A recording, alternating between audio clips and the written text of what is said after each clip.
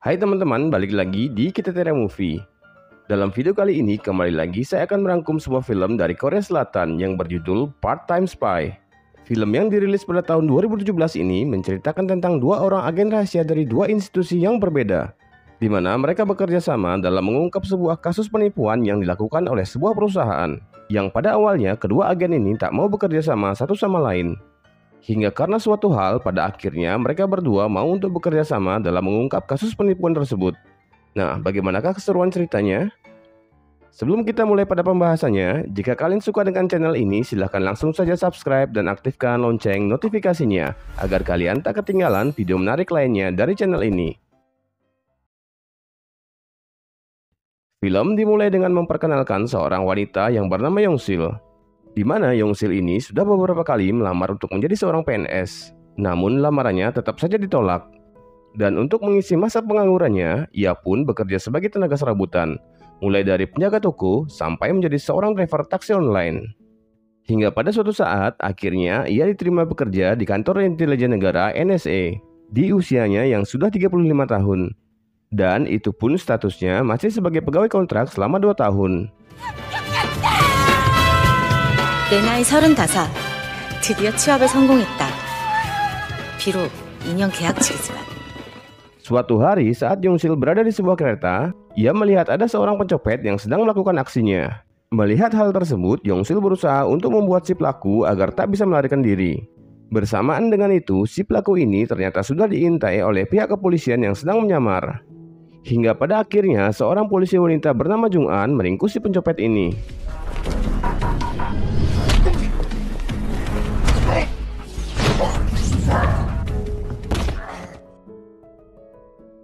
Tapi karena hal itu juga, incaran utama mereka jadinya melarikan diri. Dan dari sinilah awal mula pertemuan antara Yongsil dan Jung-an.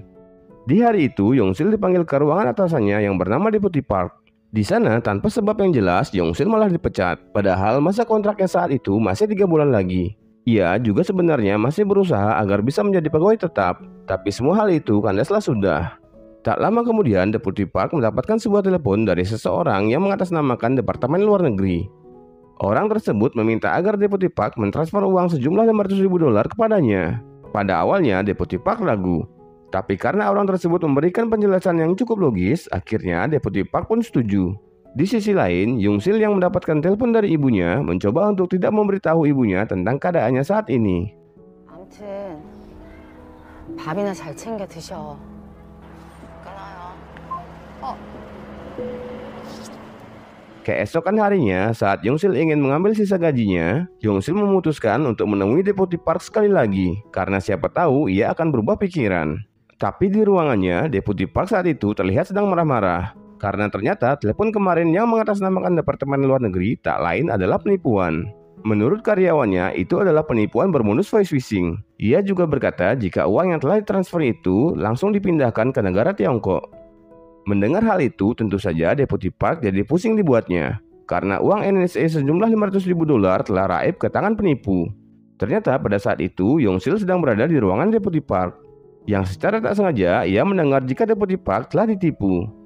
Yongsil pun mencoba menawarkan diri untuk membantu Deputy Park, tapi hal itu ditolak mentah-mentah oleh Deputy Park. Ia lebih memilih untuk menghubungi beberapa kenalan intelijennya. Tapi ternyata semua kenalan yang dihubunginya tak satu pun yang bisa membantunya. Walhasil Deputy Park mau tak mau akhirnya meminta bantuan pada Yongsil. Ia meminta Yongsil untuk menyamar menjadi karyawan di perusahaan voice phishing tersebut. Dan sebagai imbalan jika ia berhasil menjalankan misi itu, Deputy Park akan memikirkan ulang agar Yongsil bisa menjadi pegawai tetap di NSA. Mendengar hal tersebut, Yongsil pun langsung setuju. Singkat cerita, kini Yongsil sudah diterima bekerja di perusahaan voice phishing tersebut. Sebelum mulai bekerja, semua karyawan baru di sana diberikan sebuah pelatihan agar mereka tahu apa yang harus mereka lakukan nanti. Kemudian, seorang manajer perusahaan yang bernama Deputy Yang memperkenalkan presiden perusahaan yang bernama Min Suk. Melihat ketampanan Min Suk, Yongsil pun menjadi terpana. Tak hanya itu, di sana Yongsil juga melihat keberadaan Jung-an, si polisi wanita yang tempo hari ia temui di kereta. Yang ternyata ia juga bekerja di perusahaan ini. Segera Yongsil melaporkan semua hal itu pada Deputy Park. 직원 중에 경찰이 있어요. 경찰? 네가 그걸 어떻게 알아? 며칠 전에 지하철에서 그 소매치기 잡는 거. Pulang dari kerja, Yongsil kemudian bertemu dengan Deputy Park. Di sana mereka membicarakan Jung-an yang merupakan anggota dari unit kejahatan intelektual.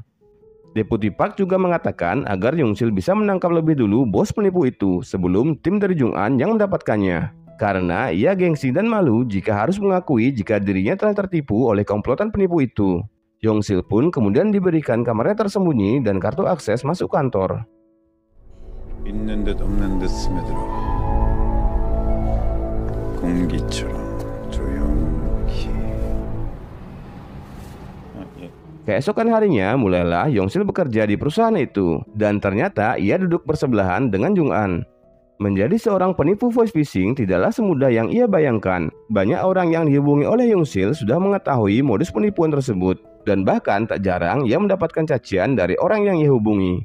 Merasa belum terbiasa dengan pekerjaan barunya, Yongsil terlihat cukup depresi. Dan setelah disemangati oleh salah satu rekannya yang bernama Song Yi, Yongsil menjadi lebih percaya diri dalam melakukan pekerjaannya. Walhasil, ia kemudian bisa mendapatkan korban pertamanya. Tapi tak hanya itu. Ternyata Yongsil berhasil mendapatkan beberapa korban lagi. Jung-an yang melihat hal itu menjadi agak kesal karena ia sama sekali belum mendapatkan korban. Dan sebagai apresiasi atas kinerja Yongsil yang luar biasa, perusahaan kemudian mengadakan pesta di sebuah klub. Semua pegawai terlihat sangat menikmati pesta tersebut. Tentu saja tak terkecuali dengan Yongsil.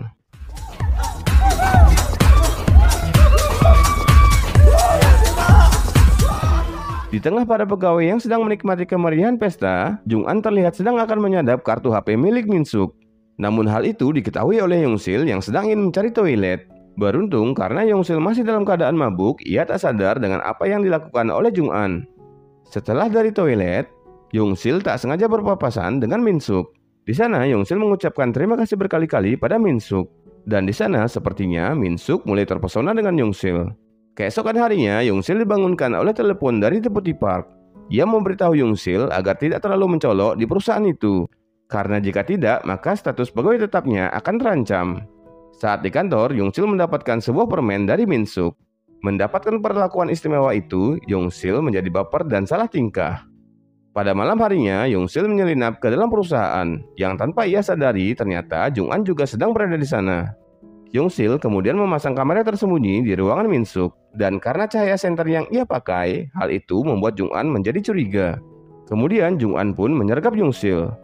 Mereka sama-sama terkejut setelah melihat wajah masing-masing. Dan karena kegaduhan yang mereka timbulkan, mereka pun ketahuan oleh security di perusahaan itu. Security perusahaan itu lalu mengejar mereka sampai ke jalanan. Dan aksi kejar-kejaran di jalanan pun tak terhindarkan.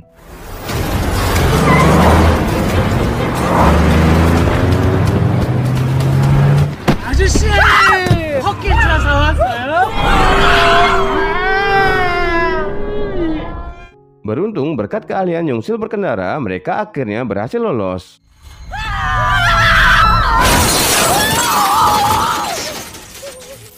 Keesokan harinya, Jung-an menemui Deputy Park dan memintanya untuk menarik Yongsil dalam penyelidikan kasus penipuan ini. Setelah itu, di kantor, akibat kejadian kemarin malam, pengamanan di kantor lebih diperketat dengan penambahan beberapa CCTV. Jung-an kemudian meminta Yongsil untuk menarik diri dari perusahaan, agar misi yang ia lakukan tak terganggu oleh orang lain. Yang tanpa mereka sadari, ada kehadiran Song Yi di sana. Namun beruntung, ia tak mendengar apa yang dibicarakan oleh Jung-an dan Yongsil. Sementara itu, di tempat lain, kedua atasan dari kedua institusi NSA dan kepolisian sedang bertemu. Mereka bertemu untuk membicarakan tentang misi penyelidikan perusahaan penipu itu. Karena sama-sama tak mau menarik anak buahnya, akhirnya mereka memutuskan untuk bekerja sama dalam misi tersebut. Kedua atasan ini pun menghubungi anak buah mereka masing-masing dan meminta mereka agar saling bekerja sama dalam mengusut kasus penipuan tersebut. Setelah itu, Jung-an dan Yongsil dipanggil ke ruangan Deputy Yang. Di sana, Deputy Yang meminta agar mereka melakukan penipuan tatap muka, alias menipu secara langsung. Untuk mendapatkan kepercayaan Deputy Yang, mereka pun melakukan aksinya. Mereka kini menipu seorang kakek yang ternyata uang si kakek ini harusnya akan digunakan untuk membayar pengobatan istrinya. Sebenarnya Yongsil tak tega jika harus menipu si kakek ini. Tapi karena saat ini ia dalam pengawasan, Jung-an kemudian mengambil paksa uang si kakek itu. Setelah itu, untuk mendapatkan informasi yang lebih detail, Jung An mencoba untuk merayu Deputi Yang agar mau berkencan dengannya.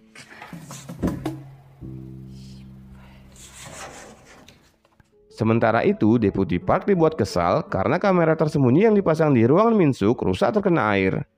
Pada malam harinya, baik Jung An dan Jung Sil sama-sama menggali informasi tentang perusahaan itu. Jika Jung An menggali informasi dari Deputi Yang, maka Jung Sil menggali informasi dari Song Yi. Mereka pun mendapatkan informasi jika perusahaan ini mempunyai kantor pusat di Tiongkok dan Min-suk hanya merupakan presiden regional saja. Jung An yang ingin mendapatkan informasi yang lebih detail, menerima tawaran Deputi Yang untuk berkencan di sebuah hotel. Saat Jung An menunggu Deputi Yang bersiap, ia mulai menyadap kartu HP milik Deputi Yang. Hingga sesuatu terjadi pada Deputi Yang. 정아씨 올리게 내렸죠? 지금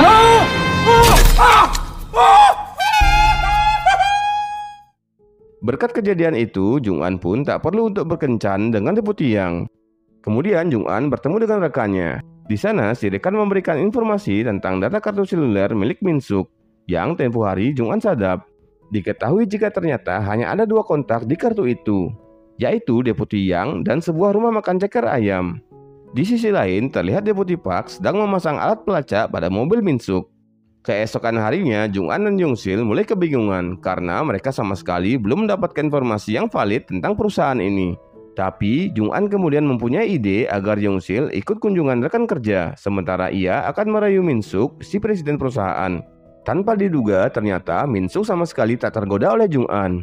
Ia justru malah mengajak Jung Sil untuk pulang bareng. Bahkan mereka makan ceker ayam bersama. Setelah mengantar Jung Sil pulang, Min-suk juga memberikan nomor HP-nya pada Jung Sil. Jung An yang melihat hal itu terlihat sedikit kesal dibuatnya. Jung An lalu mengajak Jung Sil untuk berbicara kehuniannya. Tapi berkali-kali Jung Sil menolak ajakan Jung An.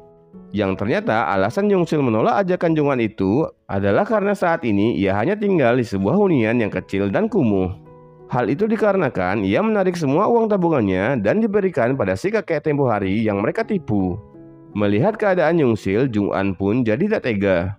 Kemudian Jung An mengajak Jung Sil untuk tinggal di rumahnya.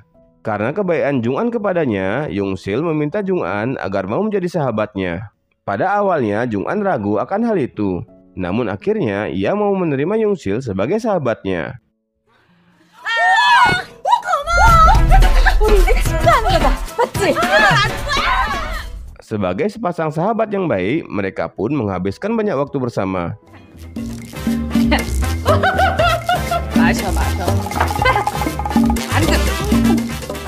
Hingga keesokan harinya, Jung An baru sadar jika semalam saat ia mabuk, ia dan Jung Sil sama-sama membuat tato persahabatan.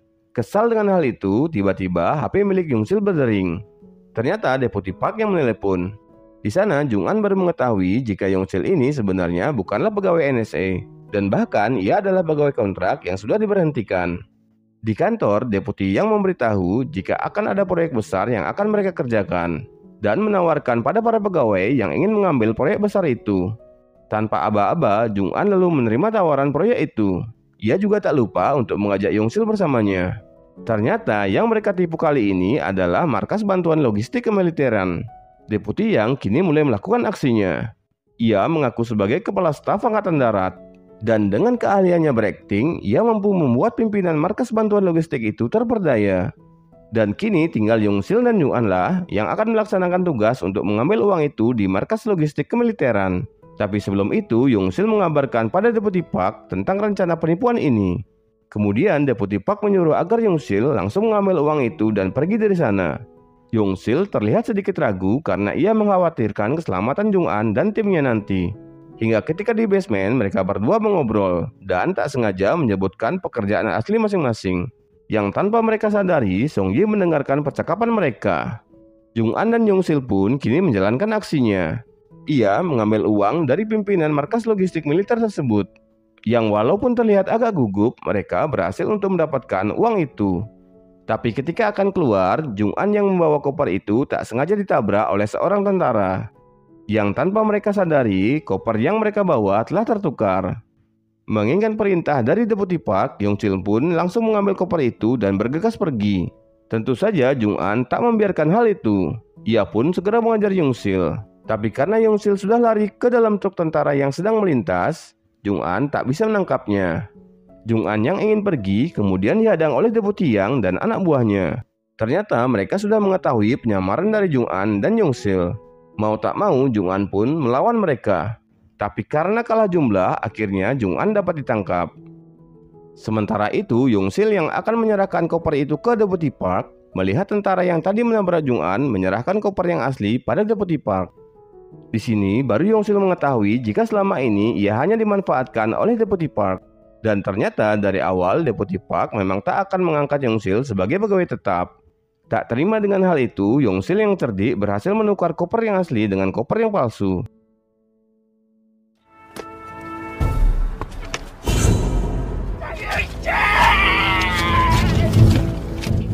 Sementara itu, Jung-an yang sedang disekap berhasil melepaskan diri dari ikatan itu dan kemudian menghajar kedua penjaga di sana.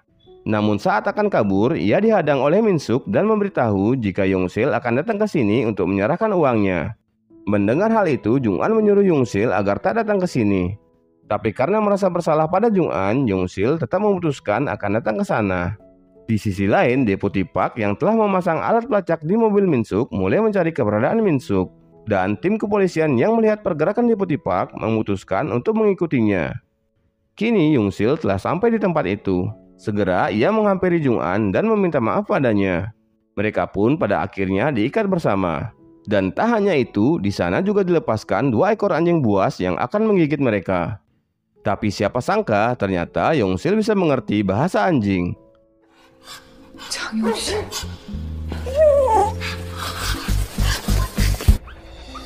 수컷은 개나 사람이나 다 똑같아. Ia berhasil membuat anjing-anjing itu menjadi jinak. Dan mereka pun bisa pergi. Saat Min-suk dan anak buahnya akan melarikan diri menggunakan kapal, Jung-an berhasil membuat kapal itu berbalik arah. Bersamaan dengan itu, Deputi Park datang ke sana dan menodongkan senjata pada Min-suk. Tapi karena keamatirannya, Deputi Park justru malah harus tertangkap ke dalam jaring ikan. Min-suk dan anak buahnya mulai terpojok karena pasukan kepolisian telah datang ke sana. Terlihat Jung-an sedang menghajar semua anak buah Min-suk.